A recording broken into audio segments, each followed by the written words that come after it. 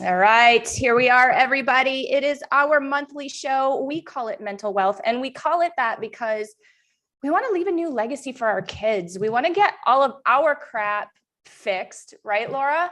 So Yes. that way our kids don't have to deal with our crap. Yeah, Basically. that's right. That's what we want to do. So we're here every month, last Wednesday of the month, 4:00 Arizona time.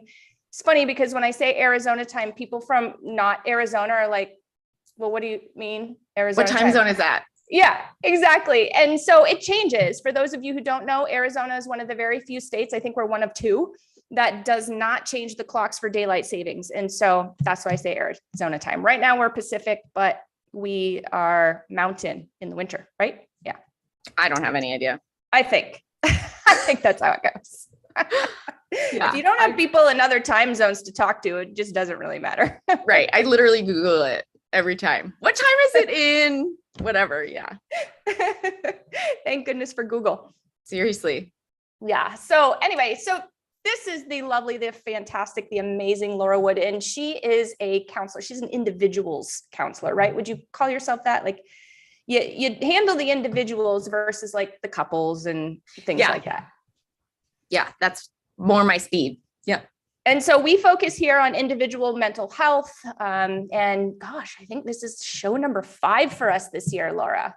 It's so fun. It is so fun. And we like to get into it very, very deep here. No subject is off limits. If you have any subject, topic, anything that you want us to talk about live here, like I said, once a month, just pop up there, big red button says subscribe, smash that. You will subscribe to our channel, and then you can pop over a message and let us know, or a comment to the show and let us know what it is you would like us to do. So what is our topic today? I think we were going to talk a little bit about moms who experience some depression, really not keeping it light. Yeah. I mean, we never keep it light here. So, why start now? But as you guys know out there, I'm the founder of MOMnation. It's been around for about 8 years. And there's a lot of posts. Gosh, when I look at the analytics, it blows my mind how many posts per day and how many comments and the feedbacks and all of that. And there's a lot of posts about moms that are at the end of their rope, that are crying in the shower, that are feeling depressed. Their spouses don't get it. They don't get it. Mm-hmm. And so maybe you can kind of go through, like, there's probably a lot of factors involved and probably a lot of reasons for this, especially depending on what area of motherhood we're in, right? Like, but let's start with the beginning. And we hear a lot about postpartum depression. Can we go into that at all? Give kind of a little explanation on that, because I don't know that I entirely understand. I mean, I know what it is, but I don't know that I entirely understand why it happens. I think that's a tough one too. A lot of it has to do with just like the chemical change, right? It's pretty dramatic. But it also can be, it's an onset that can be related to if you were predisposed to having depression in the past, if you've already had depression, if your family's had depression, right? Like, so we can be predisposed to certain types of like chemical and brain reactions to different things, just like we could be predisposed to certain disorders and diseases. And so I think it's really impossible to be like, oh, well, this is going to cause, or this will keep it from happening. Makes sense. But one of the biggest things that we can do is we need to be able to ask for help by saying like, hey, this is what's going on for me. And I think that's really scary and hard because people feel like they're being a bad mom. Yeah. Right. I'll tell you that it's not that. It's not that you're a bad mom. It's not that you're not caring or that there's something wrong with you, that you don't feel bonded to your child. Depression is a real chemical and emotionally debilitating at times experience that is not just about like looking on the bright side. Mm-hmm. I think when we feel depressed, often we feel isolated and alone. And so if you're experiencing that right after you have your baby and you're noticing that you're not really as responsive to the baby, or, you're feeling detached or disconnected, then it's a really good idea to just reach out for support and have friends or family even to just be like, you're not alone. We're in this together. It's okay. We'll get through this. And there's nothing wrong with you. There's nothing wrong with you. I think that's so important. So if you have a friend who's experiencing this too, that's the information that they need to know. Yeah, which is why I love our group, because, you know, there's like 10,500 women just in the Arizona group. And we've got a couple of other states. And I feel like when moms choose to open up about this, like there was the reason why we're having this conversation is because there was a pretty powerful post the other day, right? And I feel like when moms choose to open up about this, then they do receive that response, that support. They do receive the, hey, me too, let's talk about it. Here's what happened to me. And that in and of itself, like, hence the reason I'm super passionate about bringing up these issues and broadcasting it to the world live, you know, like that it just helps so much just knowing you're not alone. Yeah. Yeah. And a lot of the time too, because your attachment system is hyper like active during this time because you just had a child. So attachment trauma can be lit up at this time too. So for example, we can talk more about attachment, but attachment is basically just a human baby needs to attach to a caregiver in order to survive, right? Otherwise they'll die because they can't protect themselves. They can't feed themselves. Like they're super vulnerable, right? Right. So attachment is a very strong survival instinct, the strongest survival instinct that we have. When we are becoming a mother, our attachment system is going, hey, attach to this baby, like keep it alive, you know, like this is biology. Right. And so that feeling of aloneness, that because of that attachment system being activated and not feeling that connection back because you're unable to really attach, that will fuel this feeling of aloneness and danger and helplessness and abandonment and loss. Like all of that stuff is just going to get way worse. It's going to dial all the way up because you're designed to attach. And as a mother, our biology dictates that we're going to attach to this baby so that we can keep it alive.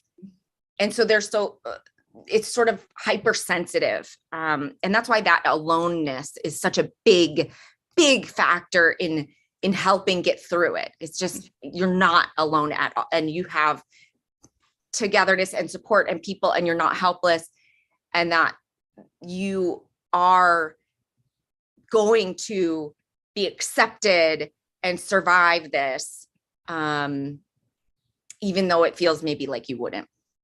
Yeah. And I remember feeling like that. I mean, I had my baby just 8 years ago, and I 100% remember feeling like that. I remember feeling very alone. And you know, one big thing that I can remember about back then is I would, you know, they sleep kind of on and off all the time. And so I would lay down with him on my bed or something after just feeding him and get him to go to sleep. And I would just sit there and sob about the world's children because I had this very vulnerable little thing that was, like you said, completely dependent upon me. And I knew, because, you know, I'd lived X amount of life, that other completely vulnerable little humans like that don't always have a mom like me, you know? And so I was just beside myself about it for weeks, Laura, for weeks. And the bigness of it. It's huge. And all the world's children, I don't even know all the world's children, you know, and I'm just sobbing, and it's day in and it's day out. And, you know, my husband's a pretty cool guy, but at one point he was like, you know, he's all right.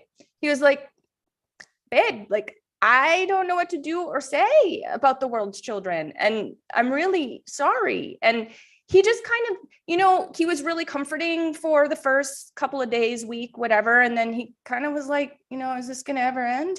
I could see that in his eyes. He didn't actually say it, but I could see it in his eyes. And I feel like, you know, not everybody has a Matt that's super understanding and cool and kind of, you know, let me go through the emotions that I needed to, and was really supportive on that. And I feel like there's just such a huge,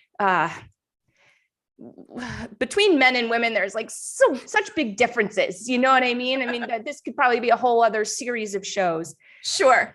But like, I know other women do have that situation with their spouse where they're very undersupported and their spouse doesn't get it. They don't understand the postpartum depression that they're going through. They don't understand maybe even depression at all.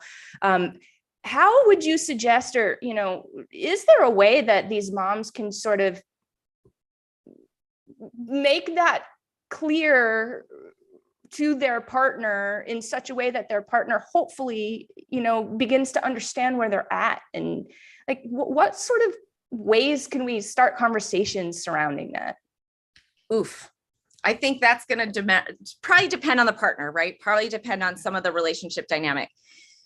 But, you know, I find that when we are looking for, when it's really important to us to not be rejected, right? It's kind of that like reach, like don't slap my hand away. In those situations, we might just start by saying like, hey, I feel really, really vulnerable. And I feel like I want to talk to you about something, but I'm also super afraid. And I really just want you to respond by saying it's okay. Like literally, like walk them through that and then be like, so here, like, are you like, here that is, please respond the way I asked you to. Like, yeah. Sometimes, I mean, it sounds silly, but honestly, ask for what you need. And then you're more likely to get it. A lot of the time, partners are fixers. Yeah. So they might think, what am I doing wrong? How am I not showing you that you're not alone? Like, how am I not being a good partner? Okay, so that's number one. They also might think, what do I need to do to fix this? Like, do you need to be like, you know, let me tell you about all the great things, like looking on the bright side, things like that. Like, so essentially when we try to fix, we're really trying to be helpful. We want, you know, our partner to feel better. And it's hard for us to tolerate other people's distress, especially our partner, who we see in such a light, where if our partner's coming to us and saying, you know, I'm depressed and I feel like I'm a terrible mother and I'm not doing a good job, and like all these terrible things, like, oh my gosh, what are they going to say? Like, oh, that's not true. Like so they're going to like immediately like invalidate how you feel by proving you wrong, which is like, that's great. But hey, this is where I'm coming from, is kind of a different way to approach that, where you're sort of saying, you know, I know that this stuff is just, but this is what I'm going through. And I really just I can't be alone in it. And so I need to share this with you. And all I really want is for you to be like, you know, that's it. I need that connection. And I've even had conversations with my boyfriend where I'm sharing something very vulnerable and he gets that defensive, like, fix it, or, you know, what did I do? You know, and I really even said the thing about the reach. I was like, I was really upset. It took a long time. So like, take your time, be with yourself, stay with yourself, respect your own boundaries and your own capacity. Like, don't rush, just be with yourself and your experience. And then ask, you know, slowly, take your time. Like, okay, I would get like maybe 3 words out at a time. And he's like, go on. Like, and I'm like, because I'm trying to formulate, because I'm so scared that I'm going to share this thing with you and you're going to like reject it. And that's a fear that's deadly scary for us as people. And that's what that attachment cry is.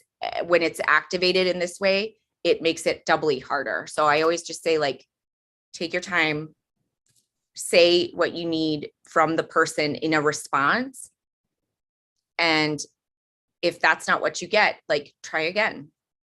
Like, hey, I really feel like I just reached for you for like help and like to pull me out of this hole, and you like pushed me back in. Right? Like, that's how it feels. That rejection.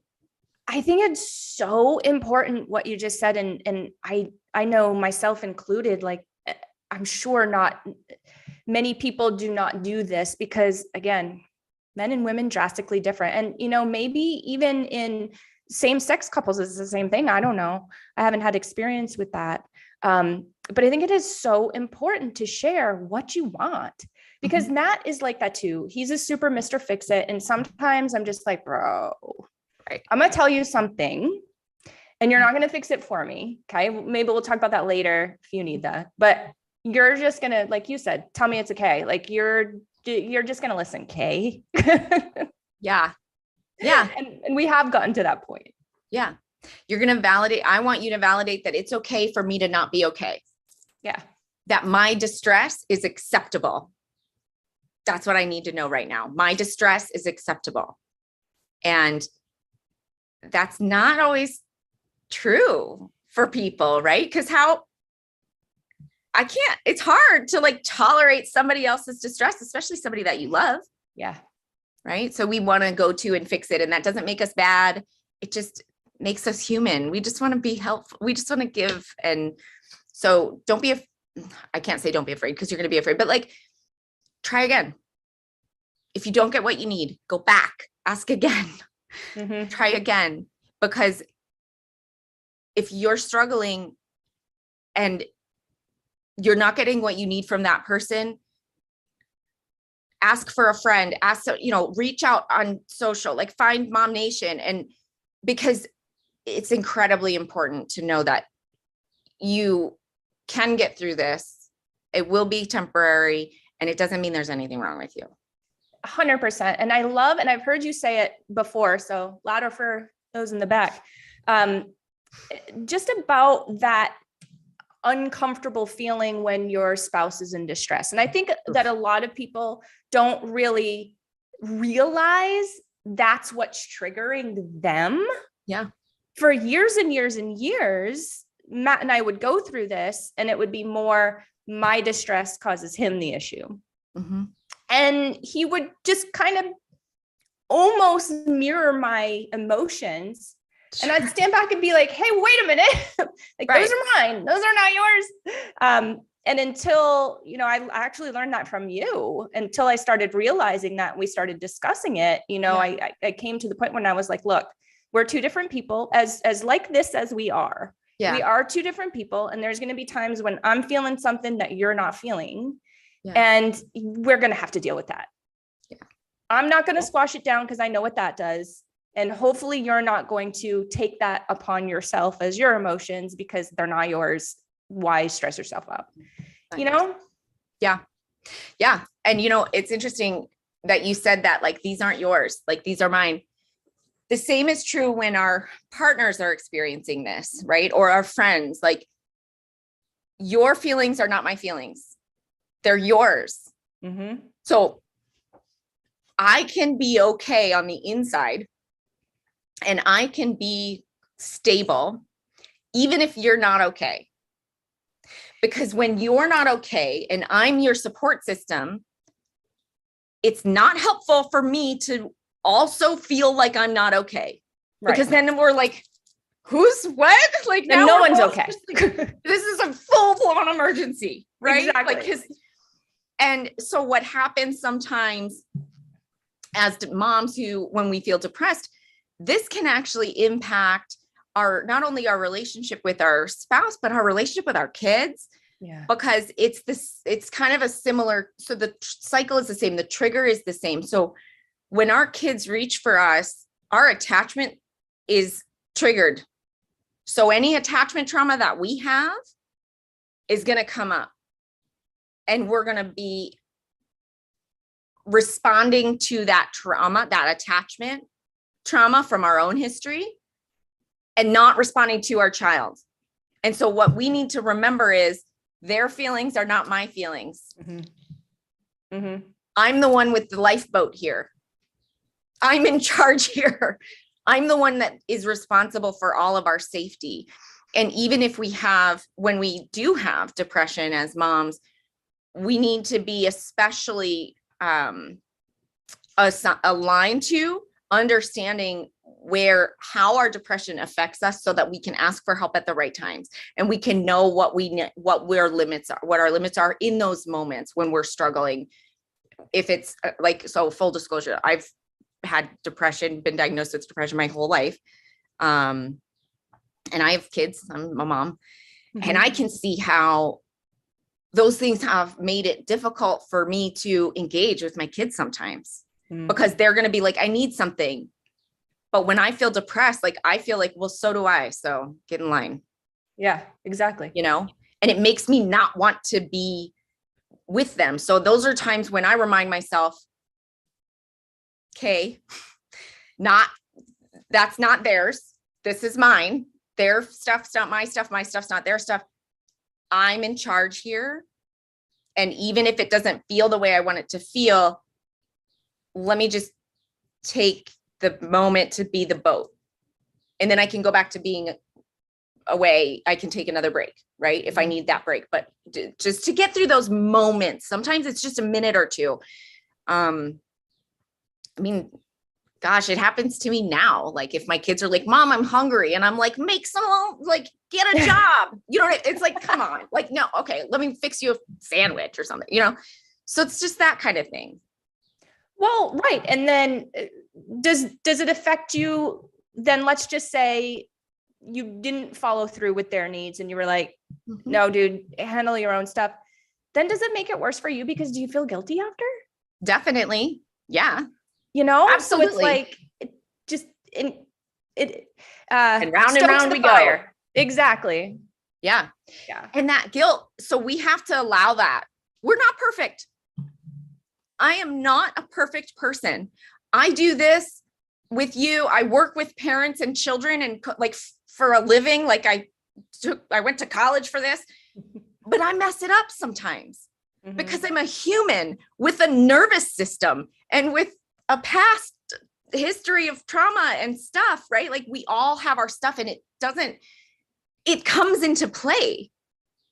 So it's about working with and through our own stuff that we can then go forward. And when we are like, I just didn't have it in me that day, then we can be like, okay, maybe we apologize if the kid's old enough or whatever. Like, if it was like, if maybe I like lost my temper or like yelled at them for something that they didn't really do or whatever, then I could be like, you know what, that's my bad. I was not feeling my best. And I know that that's not your fault. But sometimes when I'm not feeling my best, I tend to get impatient. And so I'm sorry about that. And so I feel like this is a little lesson in like life too, because now your kids are seeing, hey, mom is a real live person with things that happen. You know, she's not like some just robot that's Donna Reed perfect all of the time. And she's communicating with me and she's sharing with me and she's being vulnerable with me. So I personally feel like, whereas maybe it's not the most ideal moment at the moment, but you can create a teaching moment out of it. You can create an opportunity where you are sort of, can bond a bit more with your kid, just because you're like, look, you make mistakes, I make mistakes, we both do it, we come together, we love each other, we talk about it, and away we go. Yeah. And my mistakes are not your fault. Huge right there. Huge, because what do we carry as children? Oh yeah. The feelings, the happiness of our parents. Everything. Yeah. And so that's another big thing about when moms have depression. Our kids are sort of wired with this attachment stuff, right? Even more than that, our kids are designed to like read and control their parents' affect. Here's why they need to do that. Because if you're happy and okay, that means I'm happy and okay. That means I'm going to get fed. That means I feel safe. That means, right? But if I see my mom, who's supposed to be keeping me safe, feeling really bad and not really being able to do the things she can normally do, like that could be a little bit scary. And so it's important to help our kids understand, we are still safe. Like, this is okay. I'm not having a great day, or I'm not feeling my best, but you are like, but that's not your fault, you know, and there's nothing wrong with you. And we're not in any danger. Like, we're okay as a family. Like, we're working through it. Everything is safe, and we're still connected, and we're still saying, like, you know, hey, I know that you were trying to talk to me, but earlier, and I was being impatient and I wasn't listening. You know, that's not your fault. That wasn't your fault. I wasn't feeling my best. And if you're talking about like a 3-year-old or whatever, just end it at that was not your fault. That was not about you. I am sorry. And then they'll be like, okay, love you. Yeah. You know, because like, exactly, they bounce back. They real do fast. They do. Yeah. But that communication, I just think it's so powerful, Lori, you know, like growing up in a family that didn't communicate, like nobody told me shit. No. You know what I mean? And so I had to kind of like figure stuff out. And I don't know if I really got it right, you know, Sure. and I had to sort of connect the dots, and I don't know if I really got that right either. Yeah. So I just think that that's so giant. And, you know, there's a lot of, we talk about mom guilt a lot, and there's a lot of, right. There's like a lot of reasons people have mom guilt. Yeah. But I do feel, you know, there's been a couple of times in my kid's life, I think we can all relate, where because of my own shit, I've lost patience and, you know, kind of freaked out and probably shouldn't have. And that's going to happen. And, you know, I mean, obviously I'm not like, you know, beating my kid or anything. So it's not that. But, you know, maybe raised my voice, which I know my child is super sensitive to. Yeah. But then I took that opportunity, and, you know, I don't want to say that you feel unempowered. I don't know. I don't know. It's kind of a little embarrassing to be like, I don't know if you felt like this, but I'm cool with it now. It doesn't really happen that much, but like when I did go back and apologize, I was kind of a little embarrassed. Like, wow, I really acted like that. Shit. Yeah. There's a lot of shame in that. Yeah. There's shame in that. And the other thing is that we're kind of raised to be like, hey, our kids, like, we're right all the time, no matter what. Yeah. Which can still be true, but that doesn't mean we communicated it super effectively, right? Like, so I don't have to go back and be like, I'm sorry that I grounded you. You could still be grounded. Like, but I'm sorry that I called you stupid and I said that you were like making, like, you're the reason why I drink or something, right? Like, there's lots of variety, whatever, right? Like, those things were not great. Still grounded. Like, this isn't about like just not parenting. This is about helping your kids understand, like, that when we say things in the heat of the moment, that's a mistake that's about us. Yeah.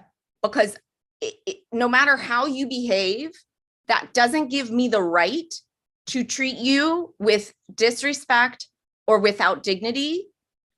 Your behavior doesn't give me the right to behave abusively. Right. So what that means is, it's not the child's fault that you lost your temper. It's just because you're a human and you lost your temper, and you can apologize and then continue to work on controlling that further. And so when we talk about let's communicate with our kids, I'm not suggesting like, oh, you know, mom has this depression and this is how this works and all that. Like, that's too much. It's a little deep. It's like, mom, you know, needs more rest than, you know, sometimes more than others, right? Like, but just helping them understand that, like, this is okay. What's happening with mom is okay. Well, and it's temporary. Yeah. Like, you know, now the world's going to know. So I kind of have a heavy-ish period. I think a lot of us go through that after we have a kid, and it's just like, you know, I'm a little tied to the house for a day or two. You know, it happens. And so I don't get into that with my 8-year-old when he's like, hey, mom, can we go blah, blah, blah to Target and shop? And I'm like, I can't go to Target and shop. I don't get into why I can't go to Target and shop. I'm just like, hey, you know what? Mom's a little under the weather today. Let's play Uno, which is exactly what I did this weekend. Mom's a little under the weather. And he's like, eat some soup. You'll feel better. Yeah, you're right, bud. Very helpful. Yes. But I mean, to speak to your point, like you don't have to get into the nitty grit with your kids, especially if it's, kind of a private thing and, or something that is not age appropriate. Like your explanation can't possibly be age appropriate, Right. And that's the purpose of these conversations, is to make our kids feel physically and emotionally safe and understand that they're in a stable environment where they're not going to be suddenly at risk of a lack of safety. And so the more stable and understanding we are of our own stuff, the more we can help our kids and interact with them in a different way so that it's less impactful, right? So like, let's say, I'm feeling really depressed and I'm overwhelmed and I'm like crying a lot or whatever. I might try to make it an easy day. Like I might like, ask for help driving the kids to their 57 different activities, or I might, have a frozen pizza for dinner. Like I'm not going to I'm going to do as little as possible. Right. Like I'm going to kind of try to make that as easy on myself as I can, because I'm aware that I'm in rough shape right now, And so then when my kids are like, you seem sad, I'd be like, oh gosh, I'm sorry that it seems like I'm sad. I'm really just, going through whatever. And sometimes grownups have different feelings and it's whatever. And they're like, okay, like, it's just like, oh, interesting. Like sometimes grownups have different feelings and they could be for, they're not really about what's going on right now. Or, I thought about something sad that happened a long time ago. Oh, okay. Like we can just acknowledge, like, instead of being like, I'm fine. Yeah. Right. Yeah. Like, kids aren't stupid. Yeah. Like, I'm not sad. I'm fine. Like, just do the thing that I asked you to do. And I'm snapping at you, which obviously indicates that I'm not fine, but stop indicating that I'm not fine and just do the thing without talking or interacting with me in any way. Like, nope. You're driving the wedge. You're driving the wedge when you're doing that. And then all of a sudden, what are they doing less of? They're not communicating with you. And I get the chills. What is the scariest thing? Right. Maybe it's just me with coming right. I don't have a teenager yet. I'm just scared to death. And I'm like, please just tell me everything. Just tell me everything. I don't care what it is. Just tell me everything, Yeah. So we just need to be mindful of ourselves and take care of ourselves so that we can take better care of them. Right. Like it's okay to experience these feelings. It's okay for your kids to have to make adjustments because of it. None of that in and of itself is bad. It's all okay. When we're managing ourselves and understanding our own triggers and understanding our own needs, then we're able to have a better experience, not only in relation to our children, but really just in life in general. Understanding our own needs and asking for what we need is a very difficult and not that common thing to do. No. Because it's scary, kind of. Yeah. And I think we were just taught away from it generations and generations and generations ago. You know what I mean? Yeah. Just taught away from it. Yeah. Yeah. Like, you're fine. Get over it. You're right. You're fine. You have nothing to worry about. You have nothing to be upset about. Yeah, exactly. You're a kid. Go play. Right. Yeah. Or like you're a mom and you have, all of these things. Let's say you have a beautiful home and a great spouse and a career and whatever. I don't know. And then you're like, I'm just feeling really down. And somebody's like, well, what do you have to be upset? Like you don't have, almost as if like you don't have the right to have sad feelings, like because you seem to have nice things. Like, yeah, that's ridiculous. Right. So, but that's what we get. People do that. And so we need to be mindful of what our own stuff is and our own like rights. Like, well, that's not true. I still have the right to be upset. I still have the right to feel. I still have the right to have needs. Because I'm a I'm a human. Like I get to do that. I get to have that. That's part of my experiences. I get to have that. Yeah, Sometimes exactly. when we're pushed away, we sort of are like, I'm never asking for anything because nobody's coming through, like those beliefs are trying to help us avoid rejection and pain, but they're really just isolating and hurting us in the long run. Yeah. And now, I mean, we all know this story, right? And so now we're shoving it down and it's popping up in all these different areas of our life because that's what it does. That's what it does. Right? I mean, I've talked to a few people that have said to me, well, I don't want to deal with my stuff because it's down there. It's gone. I haven't dealt with it in ever. And I'm like, babe, you're dealing with it every day. You're just not dealing with it. But you know what I'm saying? Like it's in there. It's happening. You're just not dealing with it. Mm-hmm. It's in there. What are your triggers? Your triggers, your relationships, the way you behave, like everything, the way you think, it's everywhere. Any suggestions for our mamas that may be dealing with this as far as tools to kind of help them along or help them, get out of it? We have a comment here from Jenny Estabrook. I didn't realize my mom wasn't perfect until later, and it was a big thing. I want my girls to know I make mistakes, to know I'm human and it's okay. They are safe and I am working on it. Yeah. That makes for the tissues, Jenny. Yes. That's awesome. That is great. Oh, I love her. I know Jenny. You know Jenny. Yeah. That's and that's beautiful. How confident can that make our kids to know that like I don't have to be perfect either?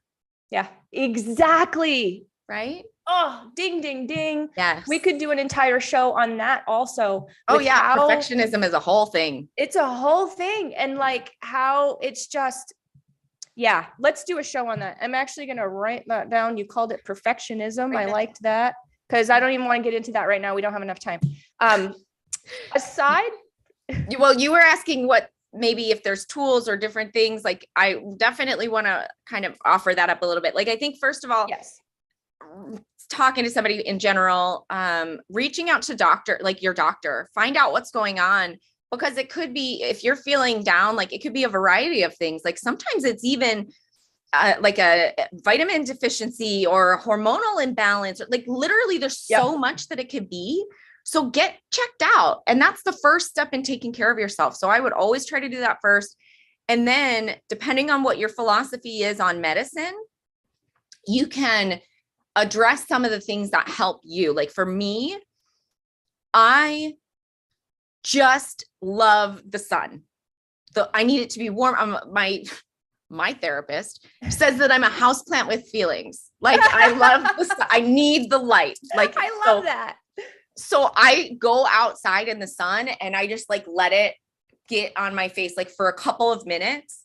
And I do that at least once a day just to like stay okay. Like it gives me that boost. That's my thing, right? But everybody's got a thing. Find stuff that gives you good vibes just for like a minute or two. You're not looking for a permanent solution here. Like we're just looking to get through and to get into a space where we have more tolerance. So find things that you enjoy. Don't like believe that you have to do all this like self-care stuff. Like, oh, I should be, doing whatever baths that everybody says. Like, massages and pedicures. Hate baths, right? Like, so it's like, don't think that you have to do those things. Right. Maybe your self-care is like just taking a walk, or maybe your self-care is like spending 5 minutes like watching hilarious videos on TikTok. Like, I might do that. I don't know. Like just saying. So you may or may not do that. Your self-care is about you. It's not about showing anyone else that you're self-caring enough about yourself. And we get into that because people are so much sometimes, but it's like, this isn't my thing. Do you? Great for you. Not my thing. Right. I'm going to find my thing. And so that's number one. I mean, for everybody, but go to the doctor, get checked out, like get a physical, figure out whatever your philosophy is. Like I said, on medicine, if there's a medicine that you want to try that works, like do that. there's something that you want to try that's different, there's all kinds of different ways that we can find out whether or not we have the right nutrients. You fill in the blanks, fill in those missing pieces to give yourself the most optimal chance to get your brain and body in balance, right? Because we're designed to be in balance. It'll correct. It takes time. So let that be true. Let that be that it takes time. And, you know, Maslow's hierarchy, like, be like shelter, food, like eat food regularly, good food as a habit, right? Like, so I don't know if anybody else is like momorexic like me, where I'll eat the food that my child didn't eat. And like, so I'm having like 4 bites of like broccoli and, you know, fish sticks or something. Like that's not a thing. No, make your own plate. Feed yourself. That kind of literally, like just literally care for yourself as a like meet your basic needs. That is going to make a big difference. Sometimes depression makes it very difficult to do those things. And so allowing yourself time to like forgive yourself if you didn't make it to wash your hair that day or take a shower or whatever, but like recognize that meeting your own basic needs is going to help your body recover. And it's going to help your body find that balance again, right? Because if we don't have enough food or enough water, then our body's going to be working really hard at dealing with that. And it's not going to have as much capacity to work on this other stuff. And I think we don't pay enough attention to that. And you know, I don't know if the men are ailed by this, but I know that for girls, it's a thing. It's for me, it was anyway. I'll just speak for myself. Growing up, it was cool in high school to have like a freaking Coke and a Funny Bone for lunch. Oh boy. What did that just do inside my body? I didn't know. I was 16 years old. I was like, Funny Bones are good. Coke's cool. You know what I mean? But I didn't know what that was doing inside my body. And it was very little food, first of all, and of no nutritional value.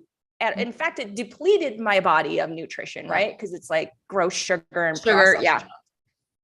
fake things. So don't eat fake things. Like I love that you said that. And I love that you brought up food, because I think it's the giant, like hangry is a thing. It is. Right? Yeah.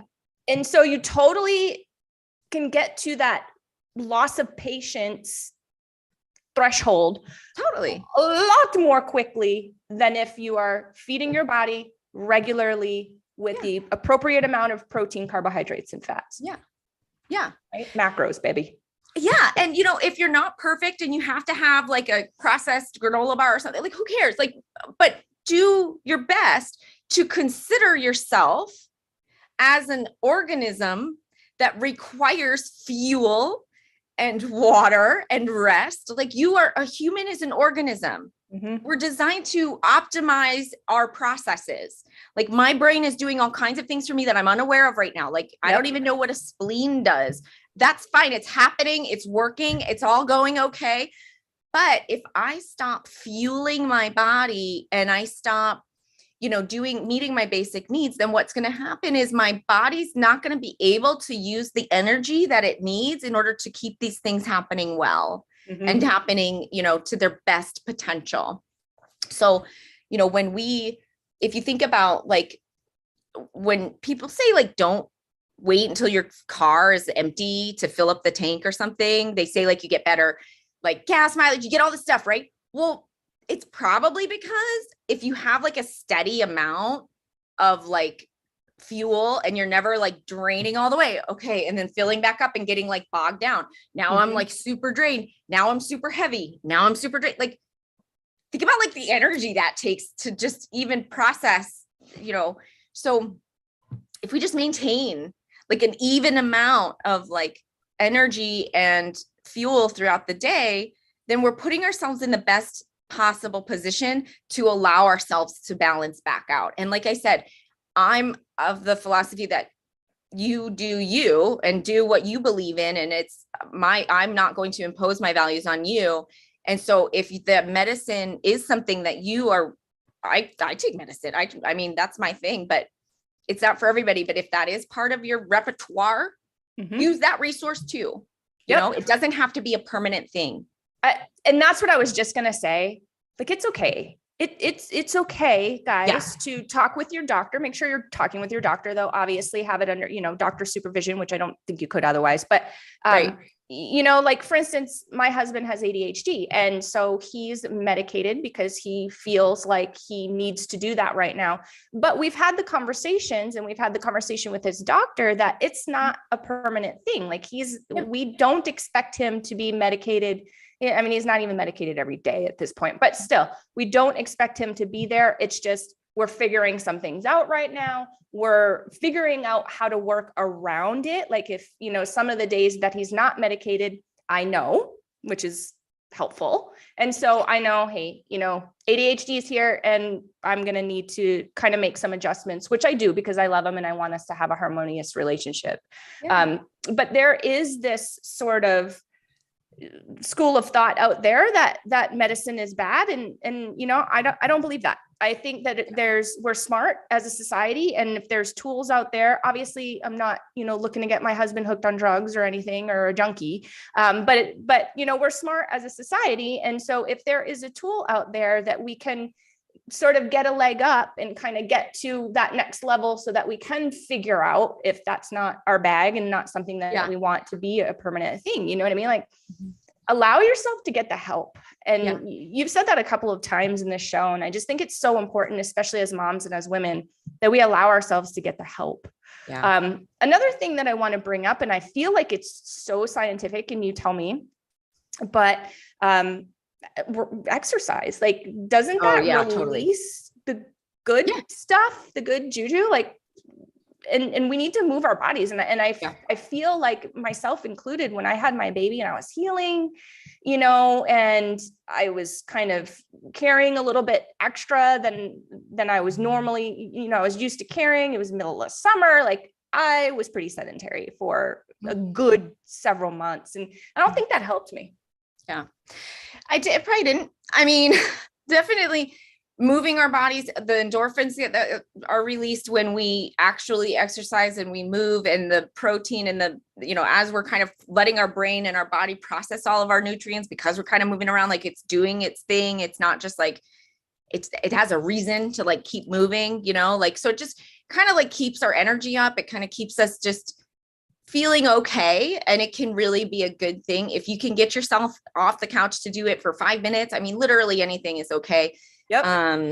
Shoot, if you have stairs, go up and down 5 times and then we call it a day, right? Couple like of soup cans while you're doing it. Literally anything. And so, you know, just be mindful of yourself and your body and treat yourself like a human. Why don't we as moms? I don't know. We aren't plastic. No, but we're humans. We're humans, but we don't like, we do all this stuff. I mean, granted, some of it I like wearing mascara and eyeliner. I like it, but we do all this stuff to look different. I don't know. And we don't feed ourselves half the time. And we put our needs last. And it's like, why do we do this? Why were we taught this? I don't know. I don't get it. I think that's a whole other show. I'm writing them down. I got like 4 shows here on my little notepad.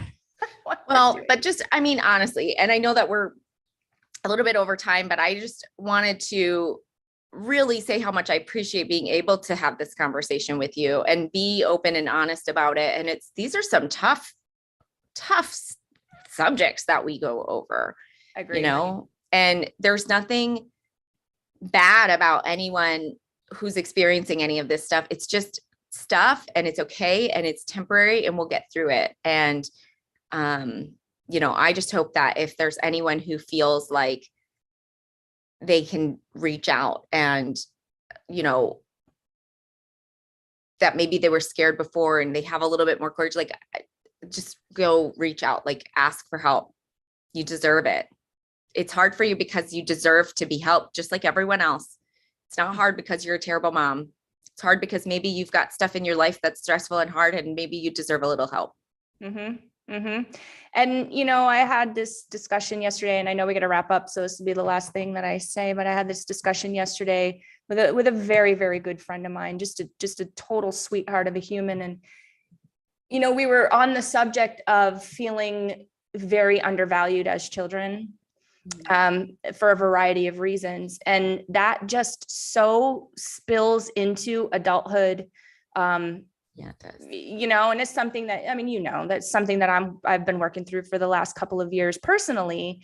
And it spills into adulthood. And when we feel undervalued, or we feel like we're not significant, then I feel like we tend to feel like we don't deserve the help. We don't deserve for somebody to be like, let's talk about you. Let's talk about your feelings. Yeah. And we got to stop doing that. Like we really need to pull together and have, a little bit of lenience with each other and a little bit of understanding, and just understand that we're all different and we're kind of all in this together. I mean, I know that sounds so cliche and cliche, but we are. I mean, we are, Yeah, we are. Oh my gosh, I love you so much. Well, thank you for this. Aw. Next month we'll be here, and I've got a whole list of things to ask you which topic you want to do next. Sounds good. I can't wait. All right, everybody, please don't forget, we are at MOMnation USA on Facebook, Instagram, and right here on YouTube. Please pop up at the top, hit the subscribe button so that you know when Laura and I are back next month. And Laura, real quick, it's in the show notes, but real quick, if somebody wants to get in touch with you, your door is always open. I know. What's the best way for them to do that? I'm at Benaviri Counseling, benaviri.com. So BENAVIERI.com is where you can find me, and you can request a consult or information or whatever you need. Tell her you saw her here.